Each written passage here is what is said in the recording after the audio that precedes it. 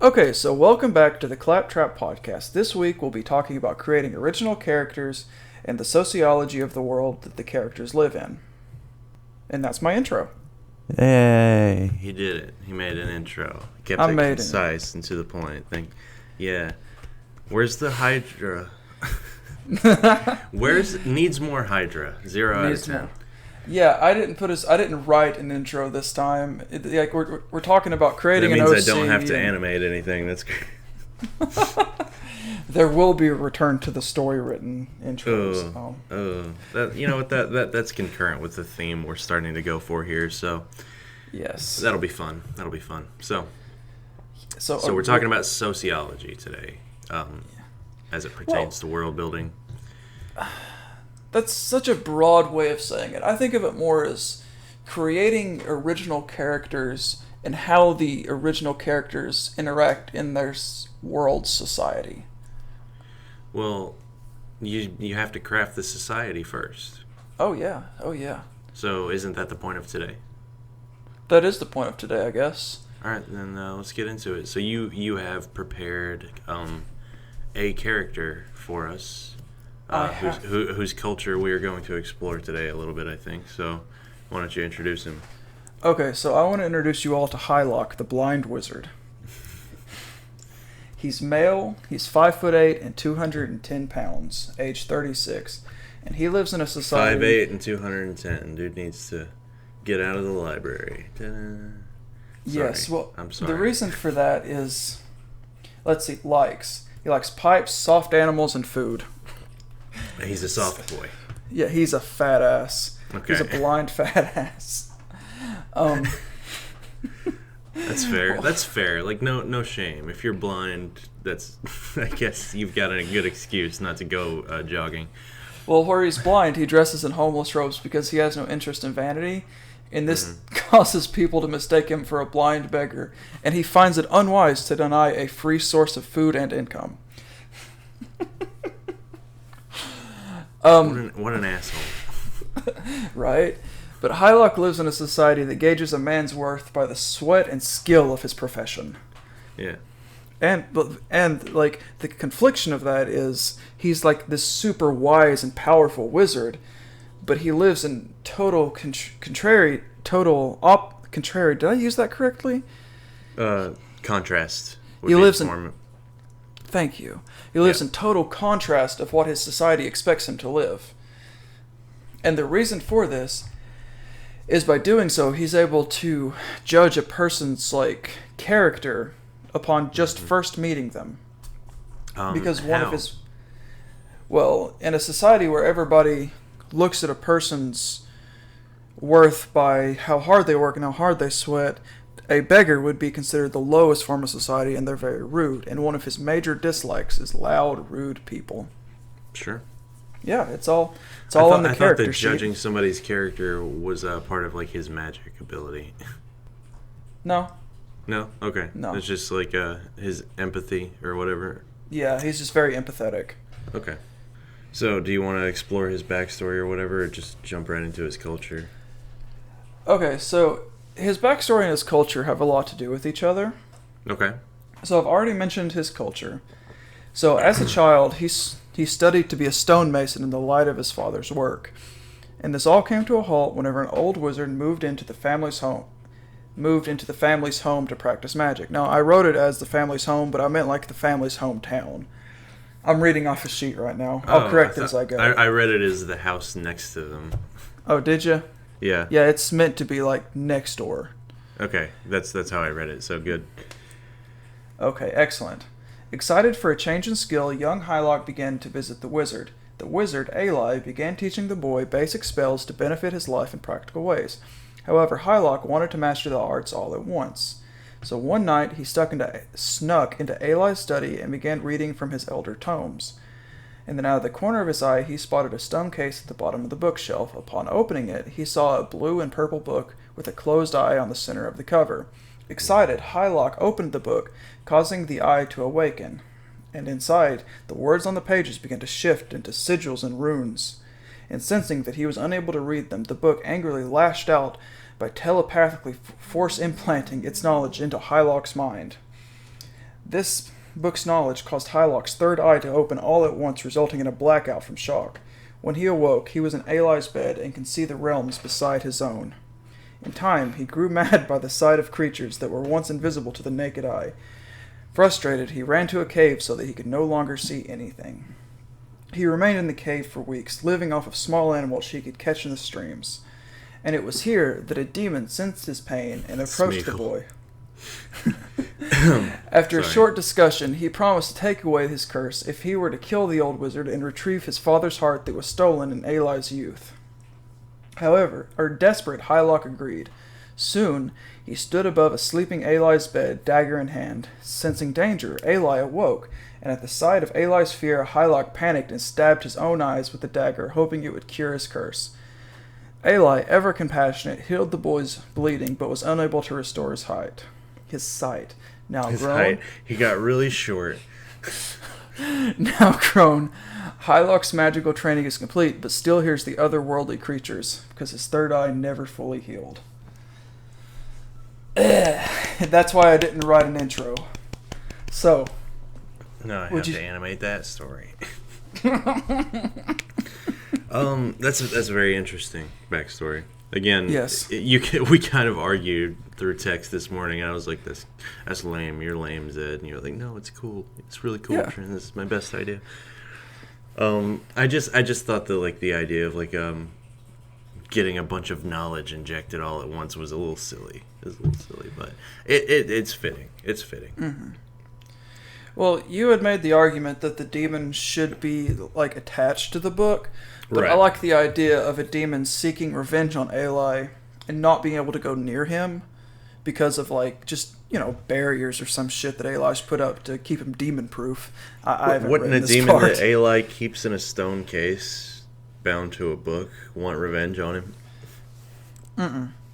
Okay, yeah, it would, but okay. No, I mean, like, I like the idea of a book being its own entity, Why couldn't that entity also be the demon that wants revenge? Why not make it the same? Because, I don't know, I just like them being two separate things. Well, that's alright. Then make them two separate things, asshole. Yeah. Anyway, Fun fact, Tolkien and C.S. Lewis got in an argument over whether or not a lamppost should be in the side of a magical forest. Tolkien was against it. And out of spite, C.S. Lewis put a lamppost in a magical forest. So, wow, that's a piece of history. Yep. Huh. But Tolkien and C.S. Lewis is like a friendship. Like I want to see a sitcom about. That would be amazing. That would be like only for like turbo nerds, but it would be so good. Mm-hmm. So. Fucking character crafting. I did this in probably 40 minutes. At 5 p.m. We're recording at 6:30 p.m. What other details do you think I should add to make this character more fleshed out? Honestly, I think you added too many preliminary details. I think his character arc is done. Like on a base level, right? But like I don't know, it seems like you've got all the trappings and it would just be like what more could you do to him?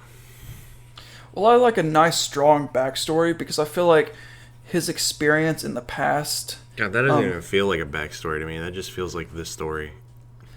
Like, a good, strong backstory allows for his decisions to be more deliberate. Like, oh, of course he would make this decision because he was in this situation. Right. Mm-hmm. Okay.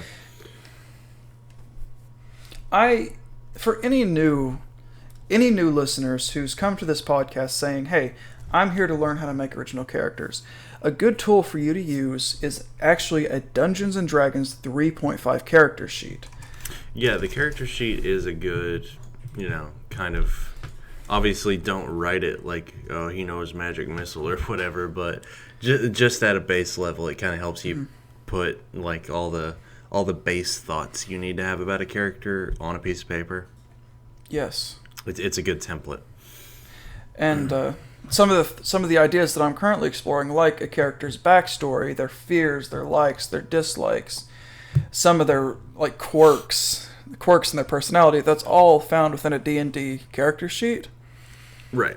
So I highly recommend for new writers to look at that as a backbone if they're just now getting into original character creation. For prototype character creating, yeah. Absolutely. That's not a bad idea at all. I think that's pretty good advice. Thank you.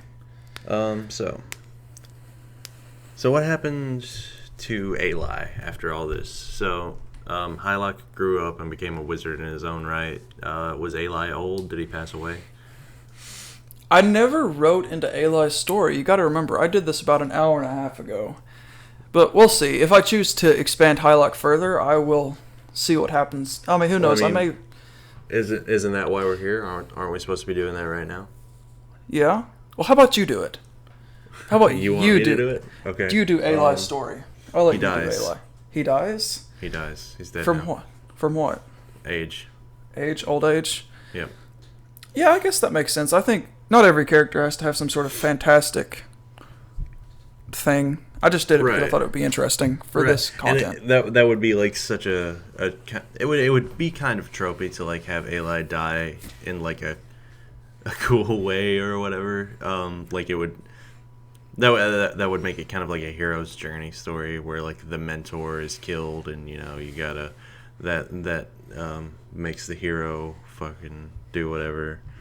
You know what I mean. I'm not articulating it well, but you know what I'm trying to get at. But just like having Eli like peacefully pass away in his old age and like leave behind everything to Hylock, I think that's just like nice and like we need, you know, something that you don't see often. People have to die in magnificent ways in fantasy stories, so let Eli just pass away. Yeah, the way I wrote the backstory, Eli. What I gather from it is that Eli was a kind, like, just caring person. Like, he looks out for people, he mentors them, he's just a very giving wizard. And for him like, Hylock just comes over, like, teach me magic, and he's like, sure. Yeah. Yeah. And it makes sense for somebody to live their life doing good things and then to die peacefully, because he doesn't go on adventures, he just studies magic and is a good guy.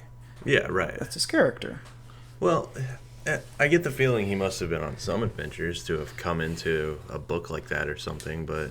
Yeah. Well, I mean, he's old now. Right. Yeah. So I guess in his youth he adventured. It would have to be, because he has a demon's heart. The arcane knowledge. Yeah.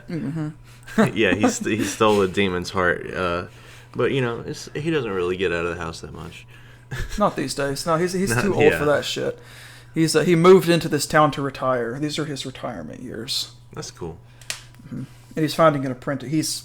He moved into the town to retire and find an apprentice to carry on his work. Oh, so did he go to this town where they have, you know, such a culture of you better have a skilled craft to find a hard-working apprentice, you think? Yeah, that would make a lot of sense. Yeah. That would make a lot of sense. Cool. See, things just click. It's very nice. It just works. It just fucking works. Please play Fallout 76. I'm not playing Fallout 7. Fuck you. But yeah, it's the best game in the world. Yeah, well, I'm looking forward to those creatures getting modded into 4. Yeah. So, you know, we've explored how I approach character creation, and I feel like we explored it well, and we did it in a compact way I feel like viewers can digest, but I want to dig into your process. I want to learn what makes your characters tick and where they come from. Oh, geez. That's hard to say. A lot of, like, my main characters were created a long time ago when I was young, right? And I've just kind of, like, changed them to make them better than, like, the Mary Sues I had originally written them as. I'll say a lot of my I noticed, like, after I'd created a couple of characters that this was a trend, and then I started doing it on purpose. Like, they were all based on kind of, like, facets of myself from, like, the point in my life where I'd come up with them. Because, you know, a young writer creates self-inserts. That's just inevitable, you know? But, and so they all had names that start with T. And I started doing that on purpose. That's a purposeful thing now. I noticed you used to self-insert a lot. Yeah, I mean, who doesn't when you're like a creative teenager, you know? Yeah. Well, even Like Hylock has a couple personality quirks that I. some Zedisms in there, yeah. Yeah. Yeah. Well, when Soft you're boy, under the fat gun. bastard. When you're under the gun. Yeah. So let's see. Let's talk about Thaddeus, I guess. I could talk about Thad a little bit, right? Mm-hmm. Without giving away anything important. So Thad was based on a part of my life where I was like, I don't know, thought I was an intellectual or something. You were there for that. Yes. Yeah. Let's not talk too much about it. But hey, so I was a young guy. I was, I fancied myself as intelligent. Mm-hmm. And so Thad was like a smart boy as a character I created, and then like I said, they just come off as like self-insert Mary Sue's because I created them forever ago. But then when I get older, I like develop that more because I'm not an asshole now. So Thad, like my thinking I'm so brainy and being so serious, like made me come across as an asshole, and like nobody liked it. And so I've written that like into Thad's story as like he's overly serious, and like that like gets him into hot water sometimes. And people are like, why don't you just fucking chill out over there, Thad,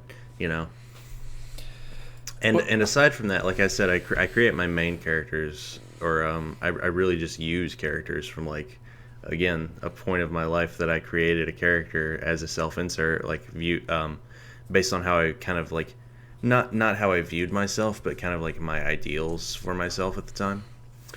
And then I create characters to, like, I've got my main character, and then the others are built to complement or foil, that. And then, they end up developing into having their own singularity arcs, their own character arcs, and then complementary and contrasting characters are created for them. And I say I start with my MC, I guess, as the main seed, and then as I build a world around him that comes with people to complement and contrast him, and it kind of becomes a big branching tree from there. Yeah. Okay. Cool. Yeah. That makes sense. I haven't started a project with a main protagonist in a while, and something that big.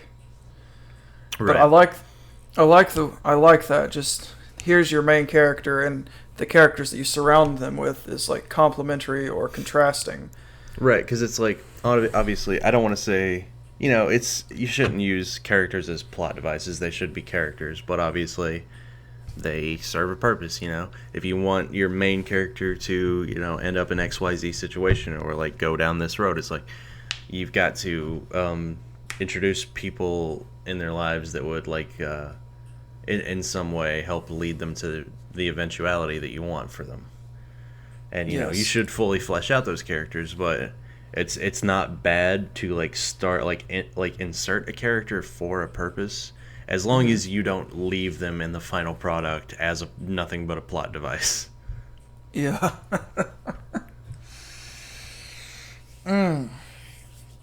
So, it's interesting you brought up inserting characters for plot devices. There's because there's a conversation going on right now, a big debate that love interests are sort of just there to be half-assed characters and plot devices.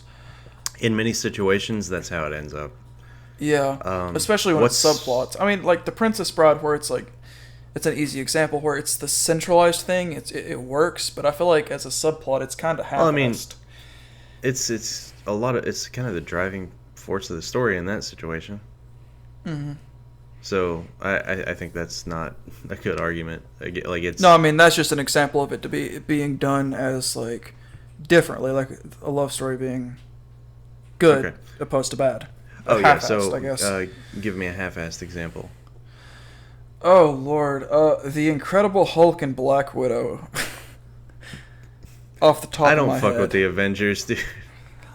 Okay, I'm trying to think. Like, it's in so many movies, but I'm drawing a blank. Yeah, I think it's because it's just so like normal. You don't even think of it now, you know? Like Uh huh. I plenty of know. anime you could find it in. Like Oh my god, girls are such a plot device in anime. Yeah, right. So, oh my God, this should be so much easier than it usually is. Yeah. Whatever, it happens. Like It happens. I understand the situation. Yeah. Yeah, and I think our listeners know exactly. Yeah, I'll say that, it's not bad. It's not so bad to like have love be a driving force in a story. Like I said, characters do influence, people influence other people's lives in good or adverse ways. And love is kind of a big deal to a lot of people. It will change your life, and so can be used as a plot device. Again, just don't make a love interest for that plot device reason. Develop the character into an actual person, and then I think you're fine. Yeah, definitely. Excuse me. Yeah, and still use like logical things. Like don't just be like, well, this situation totally took a complete left turn because love. It's still like you show your work. Show like your work. That's it. Like what thought process led this character? Like, oh, they did XYZ because of their love for whoever. Like, yeah. But show your work. Like it has to make sense. I like it whenever they use a betrayal in a love interest. Like, I point to Batman 3, the one with Bane in it, as a good example with Ra's al Ghul's daughter seducing Batman. I did not watch it, if you can believe that, but You're missing out. So, heavy spoilers, but if you haven't seen it by now, you deserve to be spoiled. Yeah. All right, fair. In it, Ra's al Ghul's daughter seduces Bruce Wayne. It does not suck, by the way. Seduces Bruce Wayne and says, "Hey, fucking fuck Sex me, Batman." And Sex at the me, end, Batman. it's revealed that she's the main antagonist. Oh. So I like it whenever there's a betrayal there because it adds depth to that character, or. Yeah, Something along. I mean, it's kind of cookie cutter, but it's an example of it being used as a plot device that's really meaningful. Even hell, it was used in Sky High. Sky High. Shit, it was. Oh my God, it's been a long time. God, we can talk about Sky High for a second. We'll talk about how Sky High is the ultimate love story, and Surf's Up is the perfect hero's journey narrative. We need to make a concise analysis video for April Fools or something about Surf's Up. But in Sky High, it's like the audience was like kind of like it was made obvious to you that like that girl like was not good, and that you shouldn't be rooting for her. Yeah, very early on, it's like she was just a malicious lady friend. Yeah. Why'd you make me think about Sky High? Okay, so next time somebody talks about My Hero Academia, I'm gonna be like, Sky High did it better. Right, just to fuck with them. Yeah.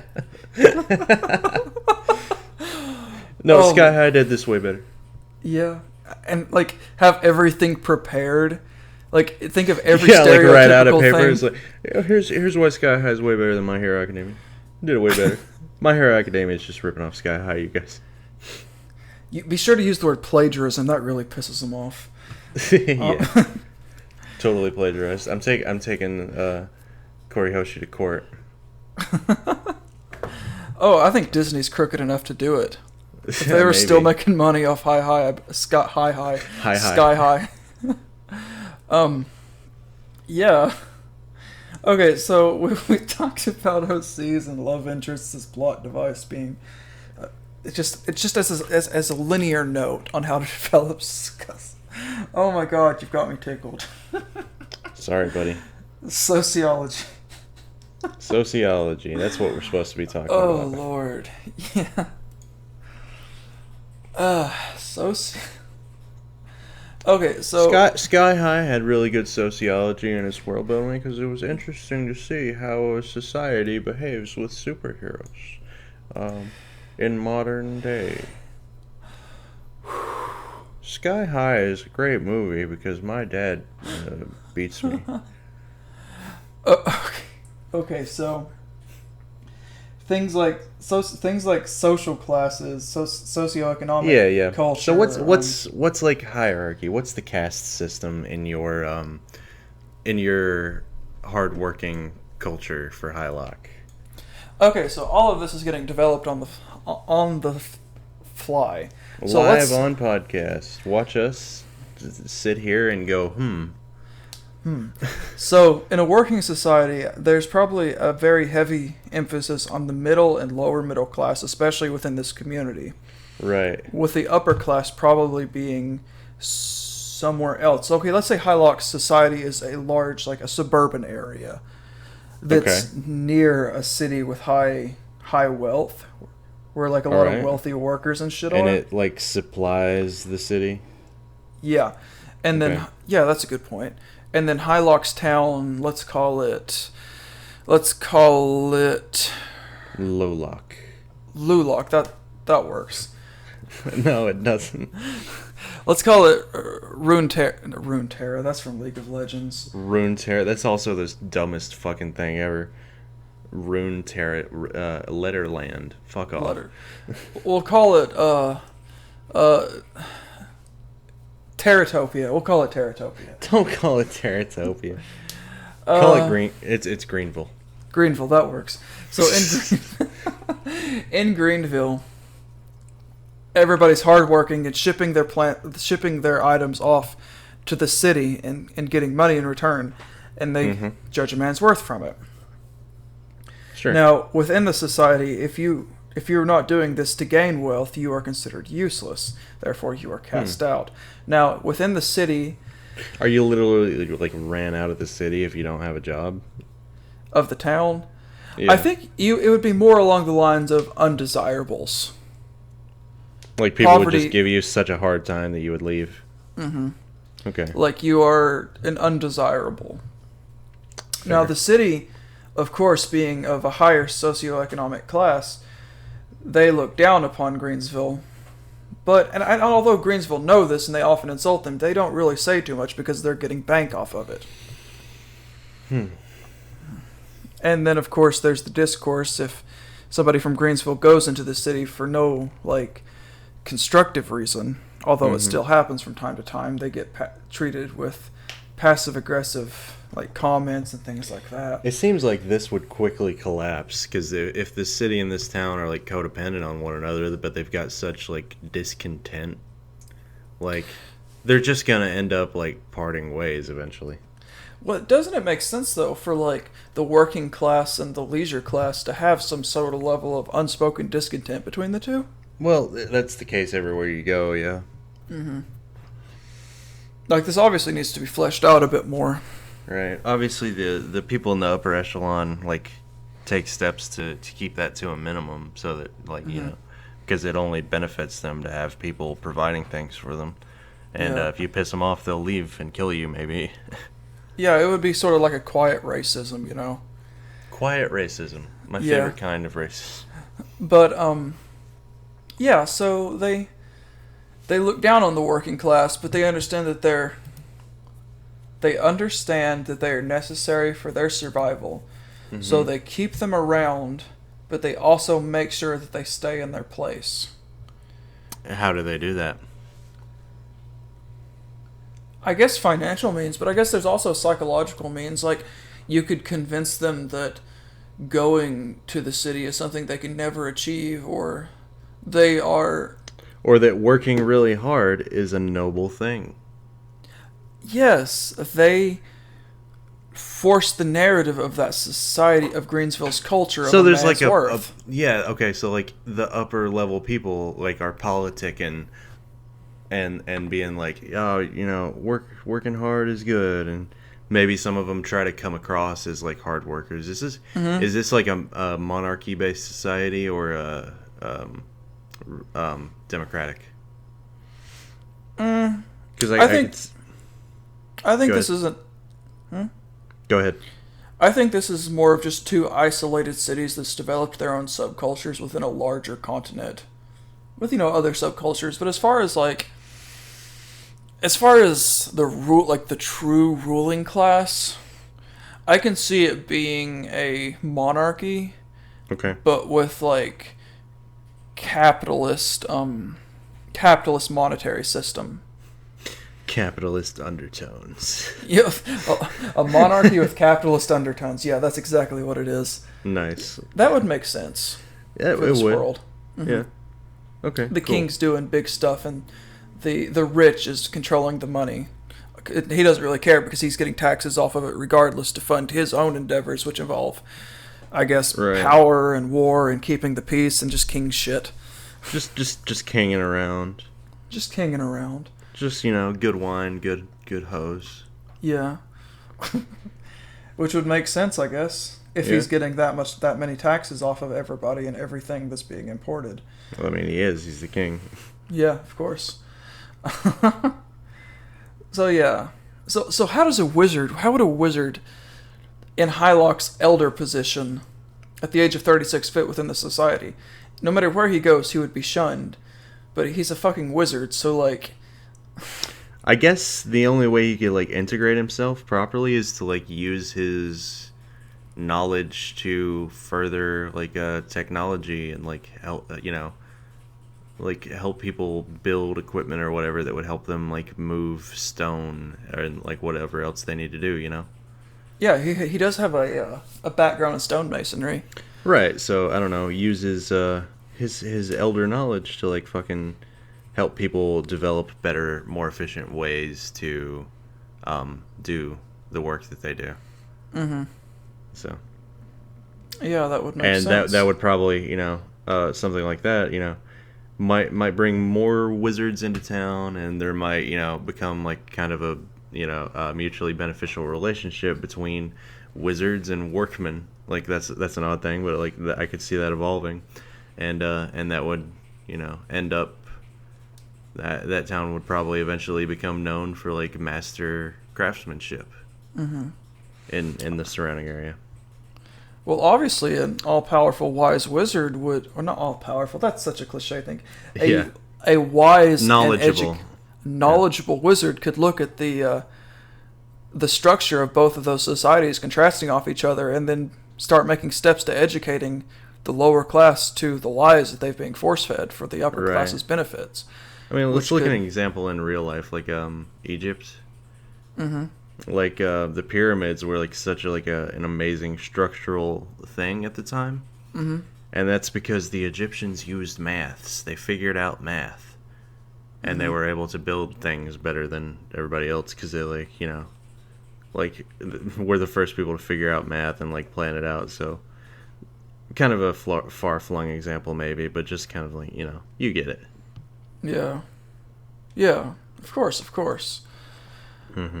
I think if, off the top of my head, if I was doing a rough draft, I think Hylock would... God, it seems so silly to have a wizard in this structured society, doesn't it? It does, but that's the point of what we're trying to put together why it makes sense right now. Yeah, but I mean it's never really explored that much in fantasy. It's not What do you mean? Why wizards live in towns? What do you... No, just the stuff we're talking about, socioeconomics within... within fantasy, but it would make sense. It would have to exist. Yeah, involving magic and stuff. Mm-hmm. Yeah, and everybody's just they just stay where they are. They don't develop technology because they don't need it because they've got magic.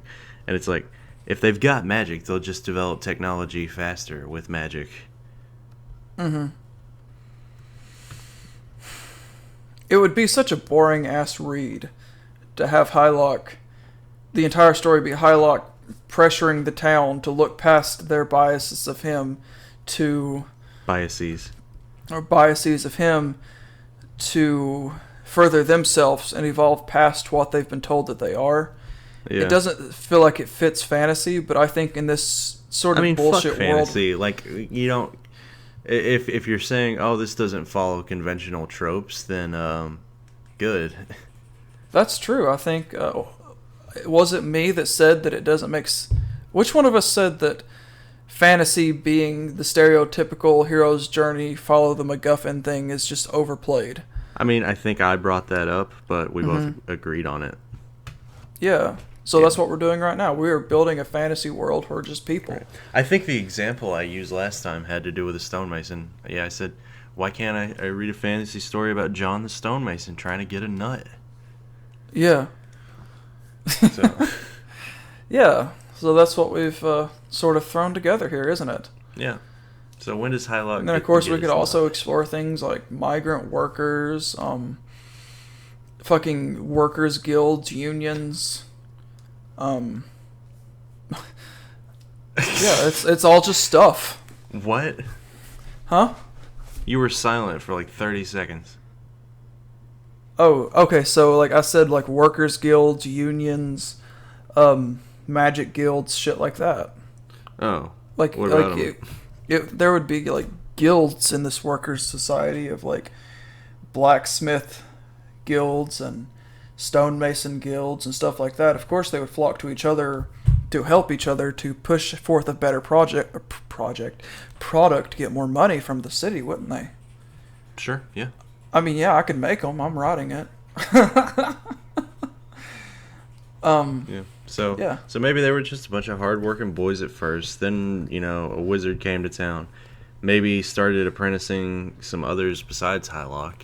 He could have had other students. And Yeah. just some boys who were like sick of slaving out in the sun. I want to learn about magic. And you ended up with a small collection of mages in the town that eventually grew, and more scholars and magicians would flock to the town as that society grew, and they would end up working together. Yeah, and you would end up with just a whole bunch of different types of skilled guilds in the town. And like I said, it could become well known for master craftsmanship and just like mastery of different arts. And maybe this little small town with hardworking stonemasons becomes a place where like people come to go to school for masterships. It would eventually become an economical superpower. Even Right. like just through trade, it could even surpass that city. Yeah. Oh, maybe it does. Maybe it does. You're right. Fuck it. Let's make it surpass the city. Okay. How do they do that? Do they just do it through conventional means? Do the bougie assholes over in the big city let it happen, or do they try to repress the town of Greenville? I just remembered its name. I think that Greenville itself will grow naturally through the wizard's help. Yeah, but And like then when the people in the big city, let's call it Emerald City, like Greenville but better. Yeah. When the people in Emerald City see how booming Greenville is starting to get, do they like let that happen, or do they like try to like keep the working man down? They would have. So, Emerald City is taking goods from Greensville. They're not taking those goods; they're trading with them, but they're probably giving them a raw deal. Yeah. So other places are naturally going to offer them different amounts of money for their goods, even more, which would mean that. So Greenville like comes to learn the value of its work and starts charging Emerald City more. I could see that. Yeah. Yeah. Yeah. Let's go with that. That's a good point. Okay. Yeah, so they start charging them more. It's pissing them off because suddenly they're having to pay more. More people are getting their goods. And if more people are getting a master craftsman's goods, that means it can help further their own economic endeavors, Like, Right. they suddenly have better tools to make their money. Yeah. I would think. Right, yeah. And Emerald City is like, not so much a superpower anymore, so they start getting a little bit scared. Do you think they do something stupid? Oh, they would have to do something stupid because this book is boring right now. Yeah. Well, you don't have to look at this as you're writing a book. You know, we're world building. This can be a footnote. This could be a footnote. That's true. Let's say espionage. I love Metal Gear Solid. Let's have them do some sort of getting in, like a spy going in. They send people in to go into like the apprenticeship programs. They form workers' unions. Sorry, go on. They take and I'm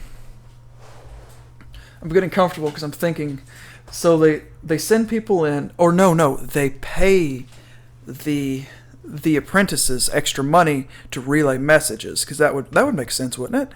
Sure. What are they trying to gain from that though? Like the source of, they don't know about the wizards living there. Oh, they would have to. That would be huge news. Everybody would talk about it. You're right. I'm wrong. Yeah.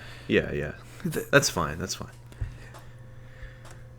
So they would have to pay the apprentices to do something. What would they pay the apprentices to do? I don't know. They would just want to sabotage Greenville's growth. I almost think like, I don't know. Would they bother with espionage? I don't see how that could help them. Or would they go like straight to like, let's just go take the city, you know?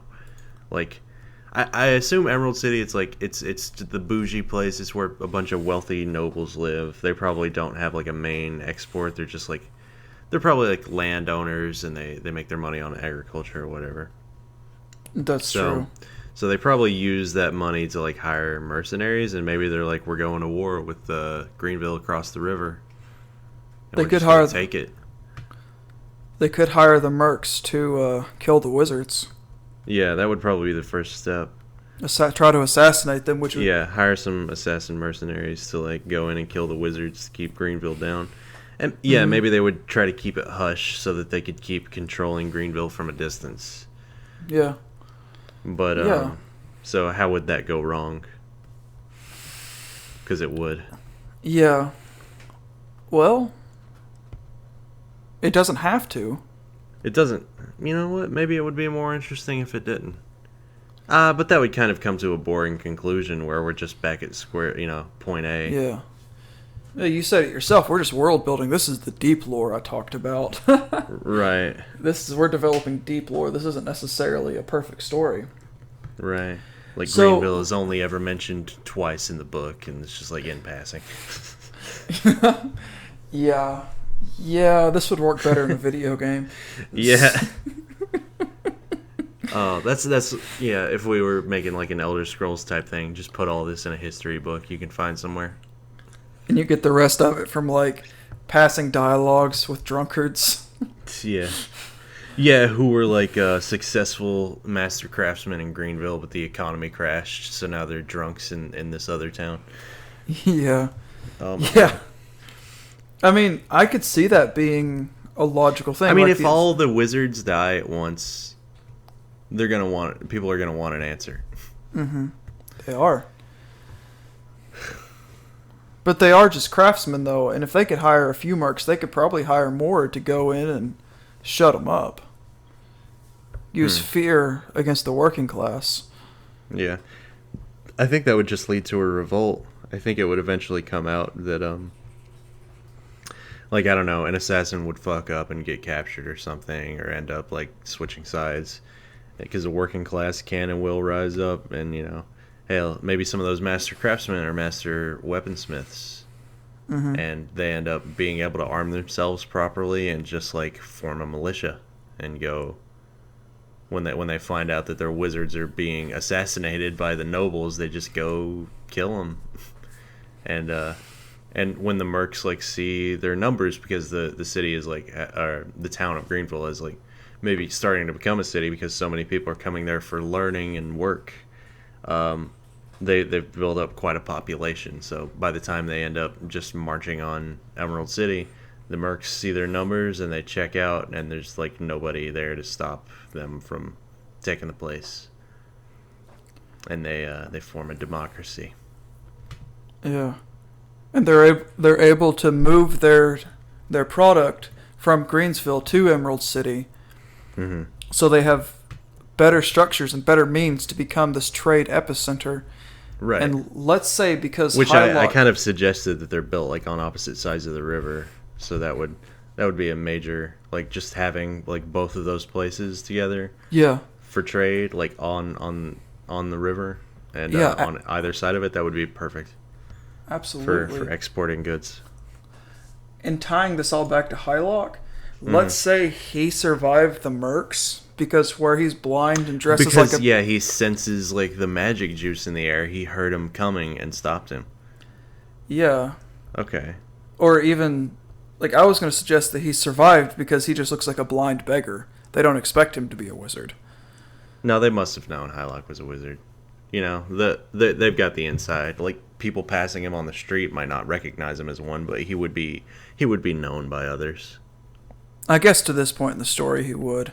He would be, yeah. So I'm gonna say it would be a better idea if, like, due to his like magical echolocation that you touched on briefly earlier, that that he was able to sense the assassin coming and stop, and that's where they got their answers, and then that's when they marched on Emerald City. Mm-hmm. I don't think I mentioned that when I was going over the character. Yeah, he uses a form of echolocation that stems from the spiritual energy of life and himself to map his surroundings in his head. Well, you gotta say it so gay, though. Just say he likes... Alright, whatever. But yeah, he's just got like magic echolocation, and that's how he gets around with his blindness. Very cool, though. Very cool. So, so when they have like thoroughly captured Emerald City, what do they do? Do they form a democracy, or do they like name a king? Well, I had mentioned that this is just two isolated towns with their own isolated problems and a much bigger culture. Right, or a king or a lord or whatever. Two towns across the river, like, there were small enough nations back in the day, you know? It'd have to be a lord. They'd have to name a lord. And I guess they would... So these two towns do exist under the rule of a greater crown already? Mm-hmm. Okay. It would have to be some sort of, like, lord or something of that nature. I don't know, like, how would... Okay, so Greensville has taken over Emerald City. Yeah. And they've turned Emerald City and Greensville into one larger city with a river splitting between the two. And they are craftsmen and just crafting and trade epicenters because of it, thus making the area super fucking wealthy for everybody. Mm-hmm. Jobs everywhere. You get a job, and you get a job. Yeah, fucking Oprah becomes the lord of the land, everybody gets jobs, the end. No, that's lazy. Who do they make the lord of the land? Because Hylock's the only real, like, important person we've talked about, but I don't think it would be him, because wizards generally, like, are like forbidden from ruling, right? Mm-hmm. So while all this is going on, I suppose one of the master craftsmen who like led the revolt or something earns it because he had the insight and leadership. The guys, yeah. Kind of like the guy with the black arrow in The Hobbit, how he had the skills and the insight and all that he had the skills. Yeah, he was a badass and a leader. He's just a born leader, so he stepped up to the plate. Cool. I think that would make sense in this society. Yeah. And where he came from the bottom and worked his way up, he's more empathetic, and everybody wins. He's a good leader. He does the job. Right. Okay, awesome. So what's his name, and what craft was he known for?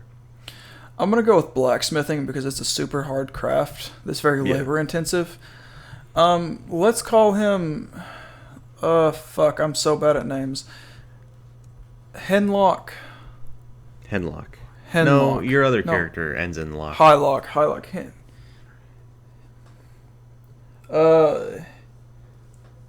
Henry. Just call him Henry, fuck it. Okay. Oh my god, I can't talk. Henry of Greensville.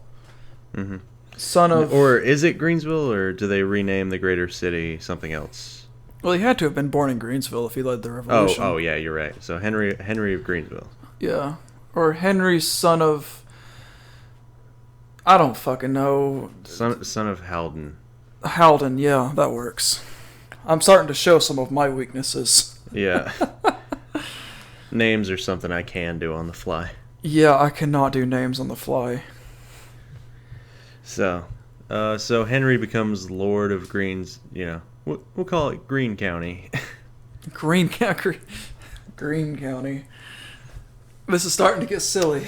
Yeah, so here's a problem. What if the crown doesn't recognize him? As Lord? Yeah, because there was already a Lord of Green County in Emerald City who was recognized by the crown, and what if the king doesn't legitimize Henry's claim? I think the amount of money the king would be making off the taxes in that area, Right. I think would allow him to just sort of yeah, I make too much fucking money off you guys not to. That depends on what kind of guy the king is. I guess we made him out to be kind of just a casual, I just care about getting hoes and having a leisurely life kind of guy. No, that was you. But well, okay, is he sensible enough to see that? Because a lot, in a lot of cases, especially in a monarchy society, it's just you've got your buddies, and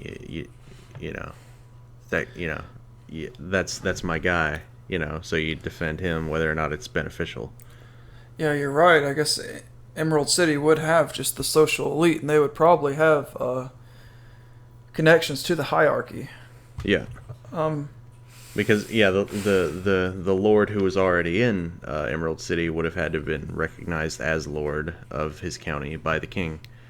So the king picked this guy's you and your family are the lords of this county, and then somebody challenges that. That's kind of a little bit of an affront to the crown. Mm-hmm. It's questioning the crown. So I think it depends on whether you want to go for a happy or ending or a tragedy. I can see the money talks avenue being something. Yeah. But I think what we would have to do is explore the king as a character. We'd have to do a full character creation of the king and make a decision based upon the king. I'm gonna say he's a Robert Baratheon type. Ooh, I don't know who that is. That's the king from the season 1 of Game of Thrones. Okay. He just likes to have fun, and he's a king now. He's got all the money. He's just hey man, let's all be chill. I'm the king. Obey the law and let's have a drink. That would make sense, yeah. Yeah. So I could see if he's a really chill guy, he would keep his friends close. But he still wants to, he wants to maintain his authority, obviously, because if people start questioning his kingship, he doesn't get to be king anymore. Mm-hmm. So he would have to do things like suppress rebels. Make shows of power. Yeah, make shows of power. So I guess that would create a conflict for the king and the town. Yeah.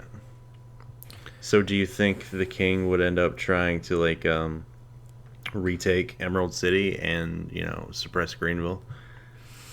No, just send out a militant force. Okay, so we established that Greenville has taken the city by now. Yeah. Because it takes time for news to travel. Yeah. In that world. I think... I'm just going to make a footnote. I'm going to say that they did not kill the former lord. They simply imprisoned him. Okay, that would work. Yeah. So how would the king get there? Would he transport himself? He would not go himself. He would send out a garrison. So the garrison gets there. What are their orders? Release the former lord, restore him to power, or we're gonna lay siege and take back the city. And Henry has to turn himself in. Those are their demands. Okay, so those are his demands. Mm-hmm. I guess... So we've had Henry step up to the plate. I guess this would be where Hylock truly steps up to the plate. Because... You think so? So what would he do? A wise wizard when confronted with this sort of conflict, would want to take a more peaceful way out. Because although... So do you think he said, like, okay, so maybe Hylock would be like, hey, let me go and reason with the king and his council or whatever while you guys stay here and stare angrily at each other from across the river? I think what would happen was Hylock would go in proxy to the king. In proxy? Yeah, in proxy, in place of the main dignitary, as a way to negotiate terms. Okay. And that he would say something like, he would convince the king of the amount of money he would make with this new system, and in return for sparing the new system within the city, he would give the dignitary back up to the king to start fresh within someplace else. Because he's wise and can do shit like that. Okay. The dignitary being the former lord of... Yeah, the former lord. So if that guy is restored to power eventually, he will like still obviously have a vendetta against Lord Henry, and that might cause conflict later, though. But that's something that we can explore at a different time. But I think that's a good resolution. I think the king would probably, like as we've written him so far, would just be like, all right. But he would want something. He would want something. So it didn't look like he just gave in and was like, okay, up the taxes. Well, he would. No, he needs something that like he can show to the public that he like did something about it. Like a flex. Yeah. Huh. He makes an example of Hylock. Hylock's story ends by sacrificing so that his community may survive and flourish. I don't think that would work because Greenville wouldn't take well to Hylock being killed for no reason. I think that would just continue the conflict. It would have to depend on the way the message is conveyed, or that's a hard one. How would the king flex on Emerald and Greenville? I think a life would have to be taken. Yeah. So that deal would be made, maybe? Like, we want, Henry's head or whatever. Do you think Hylock would just be like, take mine instead? I think so. And Henry would be like, no, Hylock. He's yeah. Like, no, I must do this. Yeah, I think that would work. Tragic. It would have to be a public display, like, so the king sends his troops and himself there to make an example of Henry. He goes himself? Yeah. All right. I guess he's out flexing right now, so that... Yeah. So he shows up and it's like, I will allow your city to remain, but as a warning to anybody who tries to do this again, I will be taking Henry's head. I'm going to call him Henri. Well, then... But... Do what? And then Hylock steps up and says, no, take mine in place. And then... I don't know. I don't know, because he would, like, if he's there to legitimize the new government, why would he kill its leader? That's true. This is a hard one. It's a little sticky. Yeah, a little sticky. We've pushed the story down a path that the king, he's got to flex. He has no choice. What if we turn to American history? The king sent the redcoats over and just truly imperialized the colonies. So where the colonies were still like doing their own thing, he was getting big chunky taxes.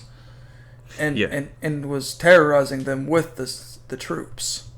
I think that would work. Do you think maybe he occupies or I think an occupied thing would work. I guess it would. So it still feels weak. So maybe like it is a little bit weak. So they go in, maybe Hylock and Henry and some others come out to the king and his council, and they have like probably several days worth of like politics about this, just like talking. And what they finally agree that like come to terms, and it's like I'm gonna like up your taxes like out the ass, and I'm gonna keep my garrison here to make sure you don't fuck up. It seems like and you have to turn Lord what's his ass over to me. Yeah. Like release your prisoners. So basically, this economical superpower would get hurt a bit. Yes, and but I think that they're flourishing so much they can make up for the difference in time. Yeah. Okay, so I think if this was deep lore and a backstory, sending somebody on the hero's journey through the town at this point in time would be really good, because there's tension with the military being there and high taxes, and sending a hero character there and having them meet with Hylock or something of that nature would be a good starting plot point. Maybe the king would also want a ward, which is like a nice word for a hostage. It's kind of like, it's like a noble hostage. This is another Game of Thrones thing, or something I learned from it, rather. It is actual history, but it's like, give me like one of your kids and they'll come live at the castle with me and they'll be treated nice and all, but like if you do anything, they're gonna die. Yeah, that would be a flex. So like one of Henry's sons becomes the king's ward, and they up the taxes and they occupy the city. Yeah, I think that's good resolution. Awesome. Yeah, that works. Cool. I think that's a good time to close. Yeah, I do too. We can explore like Greene County more next time or something even. Yeah, we could, couldn't we? With your topic you choose. What's it going to be? Perfect, because my topic is geography. Excellent. Yeah, we could. So next week we're going to explore the geography of Greenville. Maybe I'll prepare a map. Yeah. And we can talk about it. Yeah, the map could be the backing photo to the video. Yeah. With our two sprites doing something stupid. just fucking looking at it with popcorn. Yeah. Yeah, so next week we're going to explore geography and maybe a little bit of cartography in world building as we continue our world building series. Like, comment, and subscribe if this is better than talking about food. And money. And the mail. Oh, we'll have to explore the economics well, I guess we have, but yeah. More specifically, maybe, or just currency as it relates to this world we're building. I guess as we go on this world building series, maybe we're just gonna keep to the same world and continue fleshing it out. We could. I think it would be healthy. You could see us craft a world live, like on the fly. Obviously, there were a few silences in this podcast that need edited out, and I think that's going to continue to be a problem. So, are you cool with that, Zed? Because yeah, if we're gonna be thinking on the podcast, we're gonna be like silent for a moment here and there.